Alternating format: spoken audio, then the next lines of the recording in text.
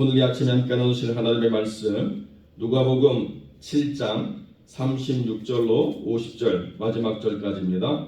누가복음 7장 36절로 마지막 50절까지 우리 함께 교독하겠습니다.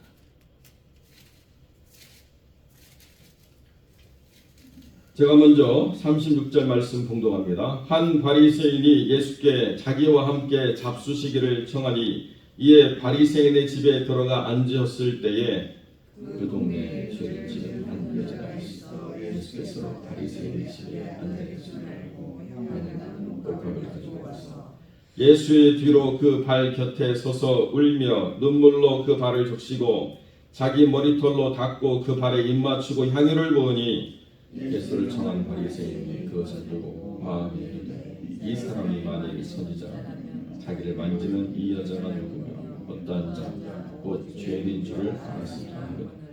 예수께서 대답하여 이르시되 시몬아 내가 내게 이를 말이 있다 하시니 그가 이르되 선생님 말씀하소서. 이르시되 빚주는 사람에게 빚진 자가 둘이 있어 하나는 500데나리온을 졌고 하나는 50데나리온을 졌는데 갚을 것이 없으므로 둘 다 탕감하여 주었으니 둘 중에 누가 그를 더 사랑하겠느냐. 시몬이 대답하여 내 생각에는 많이 탕감하면 괜찮아. 이르시되 내 판단이 옳다 하시고 그 여자를 돌아보시며 시몬에게 이르시되 이 여자를 보느냐. 내가 내 집에 들어올 때 너는 내게 발 씻을 물도 주지 아니하였으되 이 여자는 눈물로 내 발을 적시고 그 머리털로 닦았으며 너는 내 입 맞추기도 하였으되 그는 내가 들어올 때부터 내 발에 입 맞추기를 그치지 않겠으며 너는 내 머리에 감람유도 붓지 아니하였으되 그는 향유를 내 발에 부었느니라. 죄가 사하여졌다. 이는 그의 사랑함이 많으니라. 사함을 받은 이는 적은 자는 적게 사랑합니다. 이에 여자에게 이르시되 내 죄의 사함을 받았느니라 하시니 함께 앉아있는 자들이 속으로 말하되 이는 누구에게 죄로 사하는가. 함께 있습니다. 예수께서 여자에게 이르시되 내 믿음이 너를 구원하였으니 평안히 가라 하시니라. 아멘. 본문의 말씀을 가지고 사랑으로만 설명할 수 있는 이란 제목의 말씀을 함께 나누겠습니다. 어떤 여인이 향유를 깨뜨리고 그 발을 부어서 주님을 영화롭게 한 사건들이 복음서마다 다 기록이 되어 있습니다. 그런데 오늘 누가복음 7장에 있는 이 사건은 다른 복음서와 똑같은 사건을 기록한 본문은 아닙니다. 이 사건은 바리새인 시몬이라고 하는 사람에게 있어서 아주 큰 도전이 되는 그런 사건이었는데요. 주님께서 그 이전에 요한에 대해서 사람들이 비난하는 그 비난과 주님에 대한 비난을 비교하시면서 뭐라고 말씀하시느냐. 지혜는 자기의 모든 자녀로 인하여 옳다함을 얻느니라. 이렇게 말씀하시고 이제 바리새인의 집에 초대를 받아서 가시는 사건을 기록해 놓고 있습니다. 누가 지혜의 자녀냐라고 하는 것이 중요한 전제라고 하는 것을 보여주죠. 이 지혜는 그저 사람의 머리로 말하는 인텔리전스, 지능에 대한 어떤 것이 이야기하는 것이 아니라 구원에 이르는 지혜, 구원을 주실 수 있는 지혜, 창조의 지혜, 곧 하나님의 자녀가 누구인가라고 하는 것을 주님이 어떻게 증명하시느냐. 자기의 자녀로 옳다 인정함을 받는다. 누가 하나님이신가를 자녀를 통해서 받는다라고 말씀하시고 이제 이 사건을 통해서 누가 주님의 자녀인가라고 하는 것을 분명히 보여주는 사건이 되겠습니다. 바리새인이 예수님과 함께 식사를 하도록 자기 집에 초대를 했습니다. 지금도 마찬가지지만은 유대인들은 아무나 자기 집에 초대하지 않습니다. 오랫동안 같이 비즈니스를 하고 오랫동안 같이 알아왔다고 한들 그 사람을 자기 집에 초대하는 것은 그 사람이 알아온 시간이나 어떠한 특별한 사건에 함께하는 것과는 전혀 다른 차원의 이야기입니다. 그 사람이 자기를 집으로 초대했다라고 하는 것은 이제 자기의 집 안에 있는 이 오이코스라고 하는 그 영향력 아래 그 사람을 두겠다라고 하는 아주 중요한 선택이 전제되어 있는 거죠. 그러니까 바리새인이 예수님을 그저 멀리서 지켜보는 그런 관계가 아니고 자기 집 안에 초대할 만큼 굉장히 신뢰하고 깊은 그런 관계가 이루어져 가고 있다라고 하는 것을 먼저 전제하고 있습니다. 그런데 그 동네에 죄 지은 여자가 있어서 예수께서 바리새인의 집에 앉아 계심을 알고 향유값을 가지고 왔다, 이렇게 설명하면서 이 사건이 시작됩니다.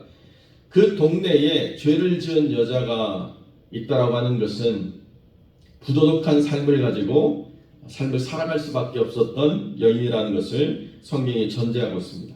그런데 그 여인이 예수님 뒤로 와서 발 곁에 서서 눈물로 그 발을 씻고 머리털을 닦고 그 발에 입맞추고 향유를 부은 이 사건은 그때 당시의 도덕관념이나 지금으로도 설명되어질 수가 없는 그런 상황이라는 거죠.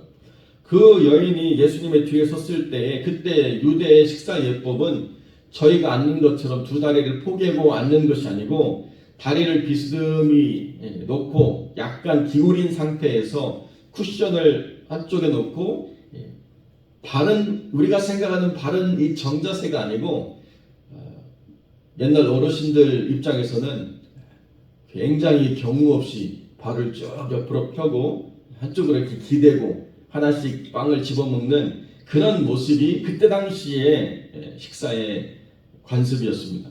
그렇기 때문에 예수님의 발이 당연히 노출될 수밖에 없었던 것이죠. 그런데 주님 앞에서 자기를 소개하고 자기가 어떤 삶이라는 것을 설명하는 것이 아니라 주님 뒤에 서서 그 발에 눈물을 쏟고 그 먼지 묻었던 발이 눈물로 더럽혀진 것을 자기 머리털로 닦고 그 발에 입맞추고 그리고 향유를 부었다, 이런 놀라운 사건을 도무지 이해할 수 있는 사람이 아무도 없었다는 것이죠. 심지어 초대한 이 바리새인은 주님이 그 이름을 아시는 사람이었습니다. 시몬아, 내가 내게 이런 말이 있다 라고 말할 정도로 주님은 그저 어떤 사람, 등장하는 그 사람의 이름도 설명할 수 없는 사람이 아니라 시몬이라고 하는 중요한 인물로 부각된 이 사람에게 주님이 분명히 이 상황에 대해서 말씀해야 될 상황들을 지금 보여주는 사건이죠. 왜 그러냐? 이 바리새인 시몬이 이 마음에 의심이 일었거든요. 이 사람이 만일 선지자라고 한다면 자기를 만지는 이 여자가 누구며 죄인인 것을 분명히 알았을 텐데 라고 이렇게 의심했다는 것입니다.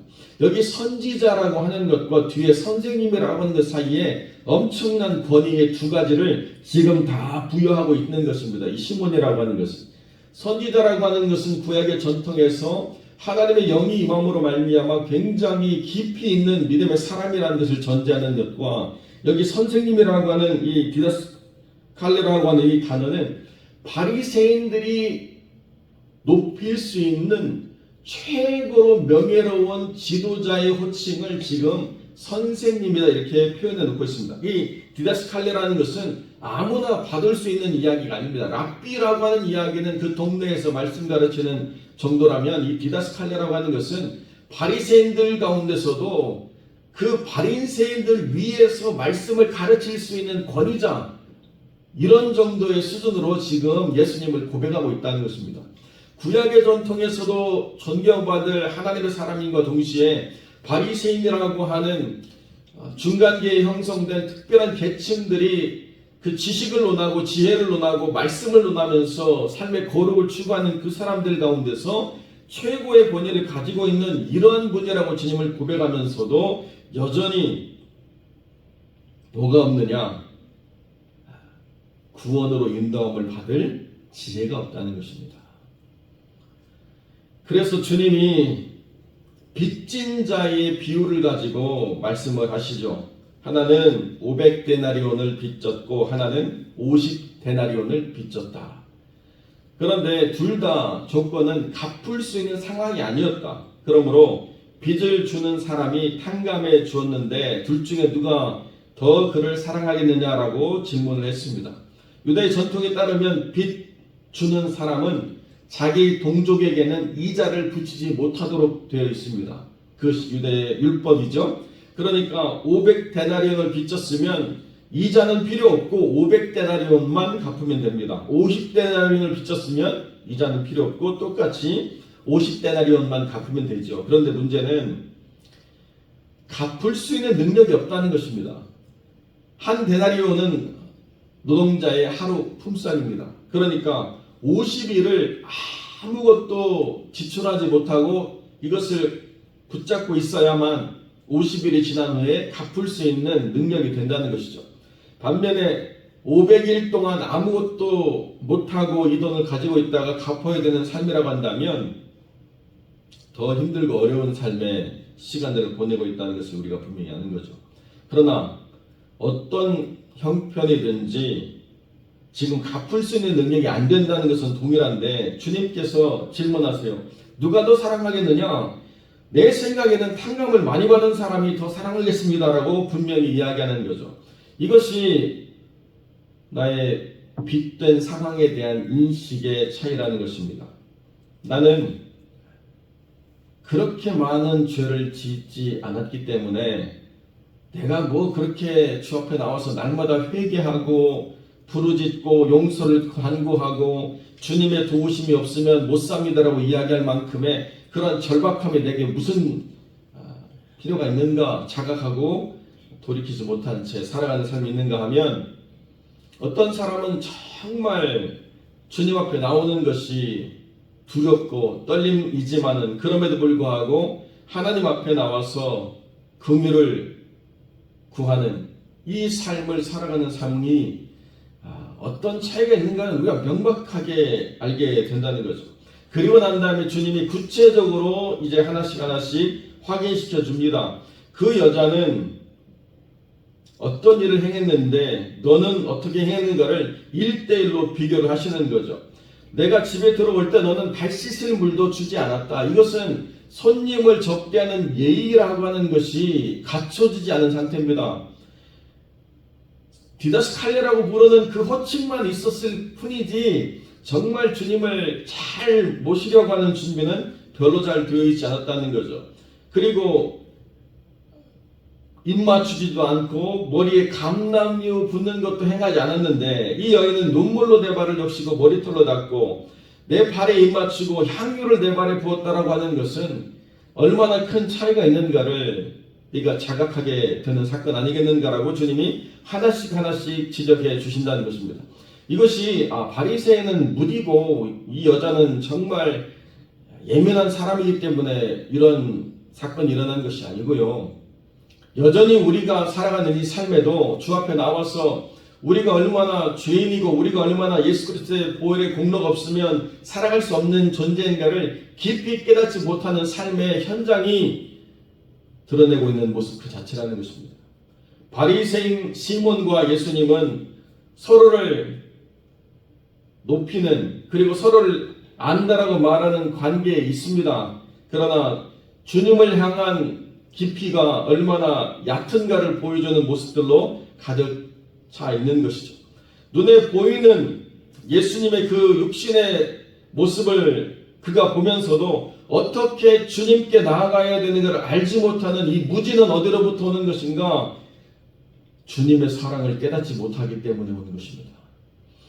여인이 주님을 더 많이 사랑했기 때문에 주님께서 죄사함의 은혜를 준 것이 아니고 주님이 그 여인을 더 깊이 사랑한 것을 이 여인이 알기 때문에 주님께 나와서 주님께 용서를 구하는 모습을 갖게 된 것이 이 사건의 핵심이라는 거죠. 그 여인이 얼마나 주를 사랑했는가, 그 여인이 얼마나 옥합을 깨뜨리는 희생을 했는가가 중요한 관점이 아니라 그 여인이 왜 이 자리에 나왔는가를 설명하는 중요한 가치는 그 여인이 주님의 사랑을 깊이 깨달았다는 것에 있다는 것입니다. 왜 그런가? 주님이 이 땅에 와서 세리와 주인들에게 친구가 되었다는 사실을 분명히 주님이 34절에 말씀하십니다. 인자가 모아서 먹고 마시매 보라 먹기를 탐하고 포도주를 즐기는 사람이요 세리와 주인의 친구라고 이렇게 이야기하는 이 사건이 이 여인에게 있어서는 나도 주님 안에서 회복되어질 수 있는 존재가 될 수 있다라는 하나님의 놀라운 사랑을 깨닫는 그 사건으로 분명히 인식이 되었기 때문에 모든 사람의 질시와 모든 사람의 손가락질을 다 뒤로하고 주님 앞에 나올 수 있는 용기를 얻은 것이죠. 그래서 이 여인이 모든 것을 주께 쏟아낼 때에 주님께서 그 사랑을 깨닫고 주님께 반응하는 이 여인의 믿음을 보시고 내 죄 사함을 받았으니 이제 평안히 가라고 말씀하시는 그 하나님의 구원의 선포를 주신다는 것입니다. 주님이 아무리 사랑하셔도 그 사랑을 깨닫지 못하는 자의 반응은 냉담함이고 그 냉담함을 통해서 어떤 언어의 표현이나 어떤 관습적인 종교적 형태가 드러난다 하더라도 그것은 아무런 의미가 없는 것이라는 거죠. 주님의 사랑을 깨닫고 그 사랑에 반응하는 자, 이것이 주님이 기대하는 주님의 자녀라는 것입니다. 우리가 주님의 자녀라고 하는 것을 어떻게 드러낼 수 있는가? 그 사랑에 반응함이라는 거예요. 주님의 깊은 사랑에 반응할 수 있는 삶이 되어질 때 그때 비로소 우리의 희생이 아니고 우리의 수고가 아니고 우리의 노력이 아니고 그냥 그 사랑에 은혜에서 저절로 우리 안에 일어나는 우리의 반응 그 자체 이상도 이하도 아니라는 것입니다. 무언가 노력을 함으로써 얻어내는 결과가 아니라 우리 주님이 우리를 위해서 얼마나 큰 희생을 치르시기까지 우리를 사랑하시는 걸 우리가 깨달으면 그 사랑에 반응해서 변화가 일어나는 것입니다. 이것이 내 삶의 의지와 어떤 내 노력으로 만들어내는 결과가 아니라 그저 그 사랑에 반응함으로 말미암아 일어나는 놀라운 사건들이라는 것입니다. 나는 원래 그것을 행할 수 없는 사람이었는데 주님의 사랑에 반응함으로 내가 그렇게 변화가 되더라. 이것이 그 여인과 주님이 보여주시는 소중한 관계라는 거죠. 그 여자는 이름도 기억되지 않는 그런 여인처럼 등장하고 있습니다. 그리고 주님이 그 여인의 이름도 부르지 않으셨습니다. 그 여인이 존중받을 인격이 없어서가 아니라 이제 그 이름으로 살아가지 않을 믿음의 여인이라고 주님이 굳게 믿으시기 때문에 그렇다는 거죠. 이전 것은 지나갔으니 보라 새 것이 되었다. 사울이 더 이상 사울로 불리지 않고 바울로 살아가는 것처럼 주님께서 그 여인의 이름을 부르지 않은 것은 그 여인이 무가치하기 때문에 부른 것이 아니라 지금까지 살아왔던 삶의 이름으로 살아가는 것이 아니라 예수님의 사랑에 반응함으로 말미암아 변화된 삶을 살아가도록 주님이 그 여인을 이끄셨다는 것을 우리가 깨닫게 되는 것이죠. 왜 평안히 갈 수 있는가? 이제 나는 더 이상 그 이름으로 살아가지 않습니다. 그 이야기는 이제 나는 더 이상 그런 삶으로 내 삶을 영위하지 않고 살아가지 않고 믿음으로 살아가겠습니다라고 하는 분명한 믿음의 확신을 주님이 그 여인의 중심에서 보셨기 때문에 그렇다는 거죠. 우리가 주님 안에서 무언가를 행하고 무언가 격식을 차리고 어떤 이름으로 고백을 하고 이 모든 것들이 우리가 주님을 안다라고 말하는 그러한 것들을 증명하는 것은 결단코 아니라는 것입니다. 우리가 주님을 알고 주님 안에서 그 사랑을 깨닫고 주님의 은혜 속에 우리가 붙잡힌 바가 되었다고 한다면 무언가를 요구하기 이전에 우리가 주님을 기쁘시게 할 것이 무엇인가를 우리 스스로가 우리의 삶에서 저절로 깨달았고 반응이 이루어지고 그것이 행동으로 옮겨져서 그냥 아무런 조건 없이 행하고 싶다는 것입니다. 그것이 사랑에 반응하는 자의 삶이라는 거죠. 이 모든 것들은 사랑으로만 설명되어질 수 있는 것이라는 것입니다. 그 사랑에 주님의 사랑이 먼저 있었고 그 사랑을 깨닫는 여인이 와서 사랑으로 반응할 때 그때 평안이 임하고 그 이전의 삶이 끊어진 역사가 이루어진다라고 성경 우리에게 말씀하고 있습니다. 다른 무엇이 필요한 것이 아니고요. 주님이 우리를 사랑한다라고 하는 것을 우리가 깨닫는 것 그리고 그 사랑에 반응하는 우리의 삶이 일어나는 변화가 일어나는 것 이것이 믿음의 전부라는 것입니다. 내가 뜻을 정하고 내가 목표를 세우고 내가 뭔가 결단하고 내가 뭔가 서원했기 때문에 의지로 성취하는 것 그것도 우리가 배워야 될 훈련하는 부분이지만 정말 잃어버리지 말아야 될 것이 무엇입니까?